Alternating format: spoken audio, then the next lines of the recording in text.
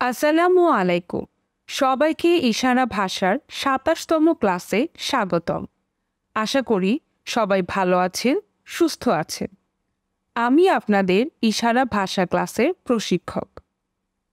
আজকে আমরা বরিশাল ও ময়মনসিংহ বিভাগের জেলার নামগুলো জানব। বরিশাল বিভাগ, ভোলা, পটুয়াখালী। আবার করছি, ভোলা, পটুয়াখালী। ময়মনসিংহ বিভাগ, ময়মনসিংহ, টাঙ্গাইল, জামালপুর। আবার করছি, ময়মনসিংহ, টাঙ্গাইল, জামালপুর।